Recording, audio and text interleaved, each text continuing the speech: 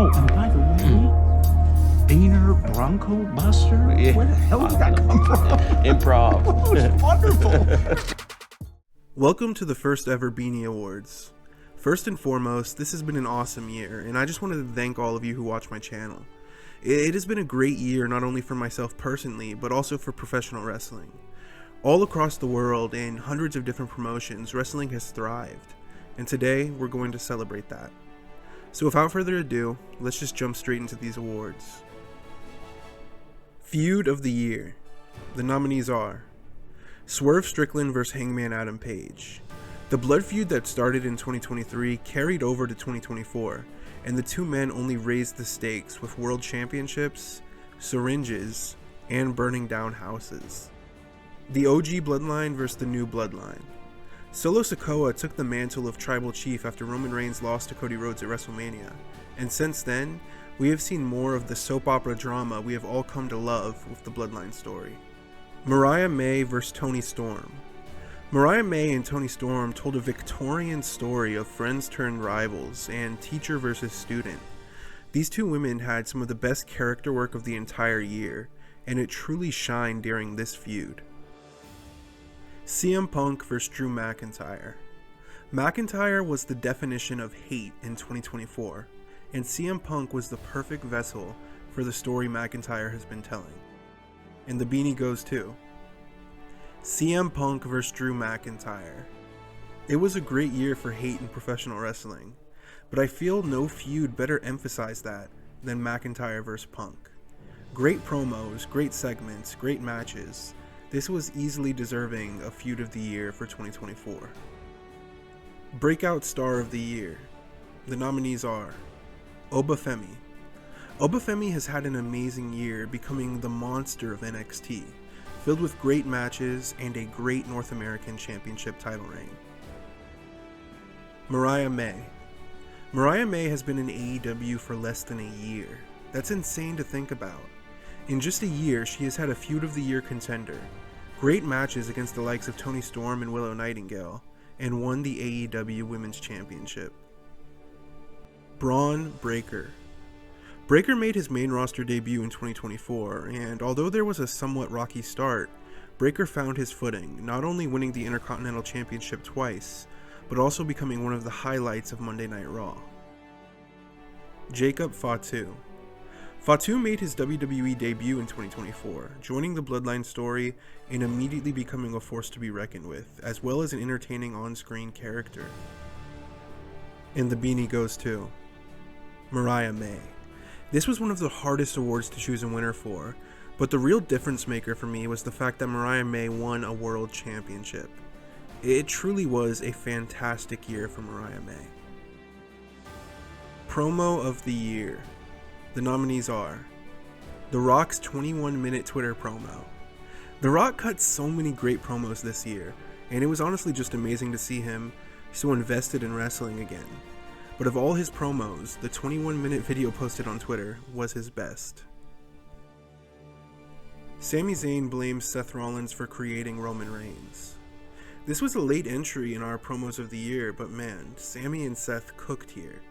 There was just an interesting dynamic where both men were justifiably angry with each other, and wrestling is just always at its best when there is real reasoning. Bryan Danielson says he's the best fucking wrestler in the world. What a year 2024 was for Bryan Danielson, and this promo was not only a great representation for his year, but for his whole career.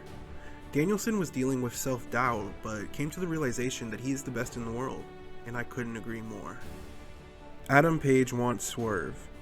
After beating Jay White in the semifinals of the Owen Hart tournament, Adam Page cut an impassioned promo backstage where he explained all of his actions. Swerve broke into his home and the fans loved him for it. I gave them everything I have and they chose him. And the beanie goes to Adam Page. This is the best promo of Adam Page's entire career, and in a year full of justified heels, I feel like there is no one more justified than Hangman.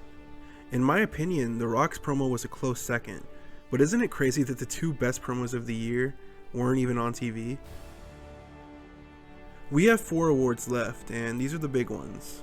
If you've enjoyed this video so far, or if you've disagreed with some of my picks, be sure to let me know. Women's Match of the Year. The nominees are Mercedes Moné vs. Willow Nightingale, AEW Double or Nothing. I'll be the first to admit, Mercedes' time in AEW has not really lived up to the standard I expected, but I would be dead wrong if I claimed that she didn't have some of the best matches of her career, and this was the best amongst them. Io Sky vs. Bayley, WrestleMania 40.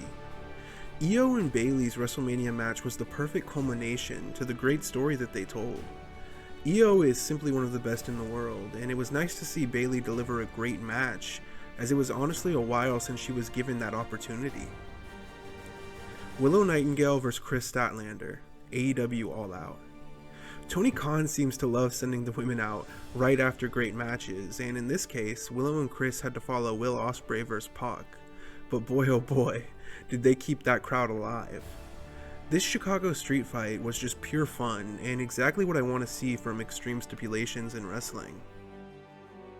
Io Sky vs. Utami Hayashishita, Marigold Summer Destiny. We all know how great Io Sky is, but seeing her in this environment was like watching an entirely different wrestler.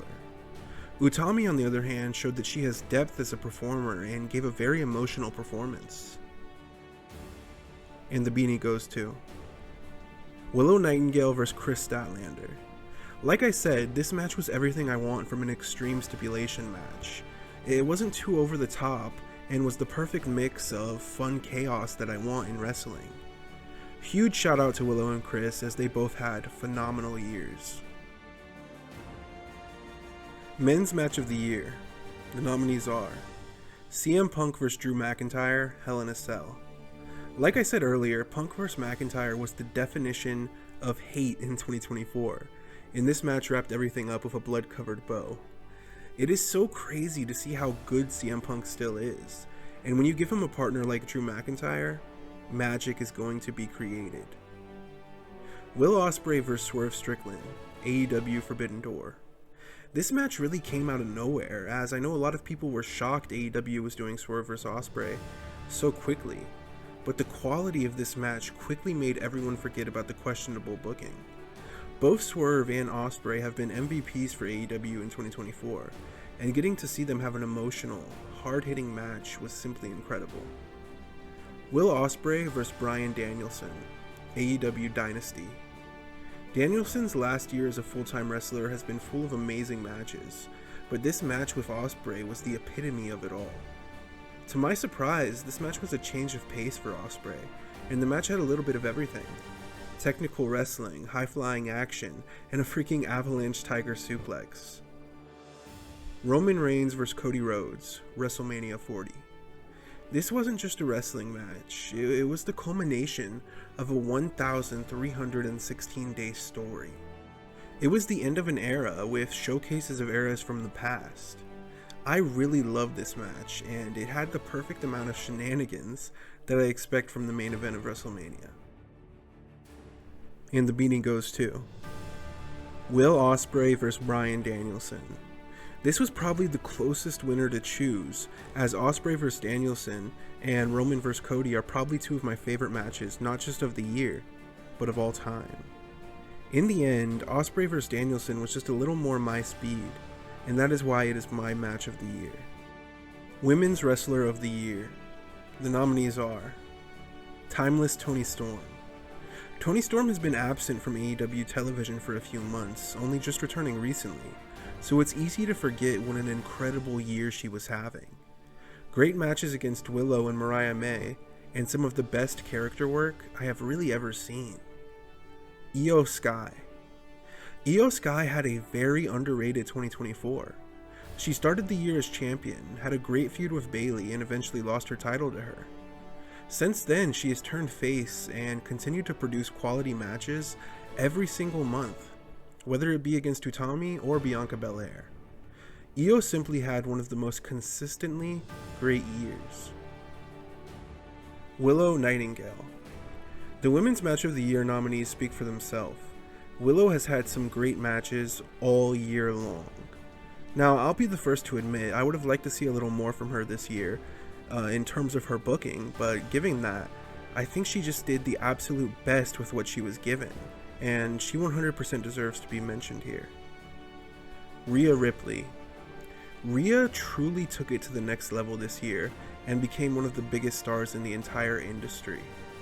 Now, I didn't do a Most Improved award, but I really think Rhea could vie for that if I did. I know that sounds a little crazy because Rhea wasn't, some bum last year, but she has only gotten better and just become such a phenomenon. And the beanie goes to Timeless Toni Storm. Toni Storm was simply must-see TV this year, and everything she did was entertaining.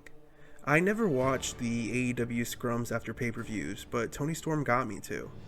That's how entertaining she was this year, and that is why she is my Women's Wrestler of the Year. Men's Wrestler of the Year. The nominees are Gunther. Gunther has had an incredible 2024, starting with another incredible Royal Rumble performance, then losing his Intercontinental Championship in a match that easily could have been a nominee for Best Match of the Year against Sami Zayn. Gunther then went on to win the King of the Ring and beat Damian Priest for the World Heavyweight Championship. It truly was a year full of accolades for Gunther. Will Ospreay. When it comes to professional wrestling, there is simply no one better than Will Ospreay. Ospreay delivered a Match of the Year contender seemingly every single month this year, whether it be against Bryan Danielson, Swerve Strickland, Takeshita, or Ricochet.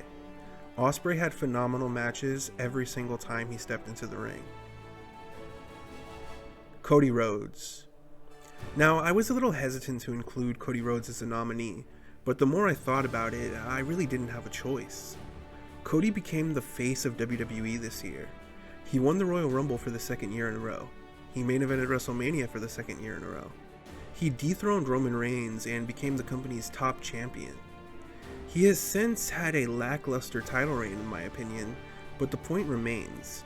He is the top guy in the biggest wrestling promotion in the world. Drew McIntyre. This fourth spot could have gone to a lot of guys.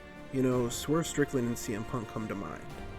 But the work McIntyre did this year speaks for itself. I mean, just look how many times he was mentioned in this video. McIntyre had an amazing 2024. And the beanie goes to Gunther. Guys, this was so hard. You could pick any of the names mentioned and I would not be mad at you. But when it comes to match quality, promos, feuds, achievements, and accolades, there was no one better or more deserving than Gunther in 2024. Ladies and gentlemen, this has been the 2024 Beanie Awards. I had a lot of fun making this video, and it was just great to look back on what has been a great year for professional wrestling. Like I said at the beginning of the video, I made my channel this year, and this was just something that I always wanted to do. I love wrestling, and I love talking about wrestling, so as always, thank you for listening.